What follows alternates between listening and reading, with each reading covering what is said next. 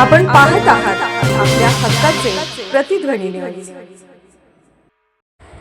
कोंडिग्रे शाहूनगर येथे 17 वर्षीय युवकाची आत्महत्या। कोंडिग्रे तालुका शिरोळ येथे मराठी शाळेजवळ दर्शन नितीन कांबळे वय वर्ष 17 या युवकाने कोणत्या तरी अज्ञात कारणास्तव राहत असलेल्या घराच्या दारातील आंब्याच्या झाडाला दोरीने गळफास घेऊन आत्महत्या केल्याची घटना घडली आहे।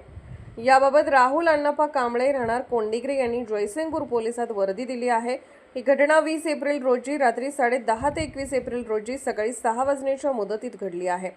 दर्शन कांबळे यांनी अवघ्या 17 वर्षात आत्महत्या का केली याबाबत अद्याप कारण समजले नसून या घटनेचा पुढील तपास सहाय्यक फौजदार सरनाईक करत आहेत।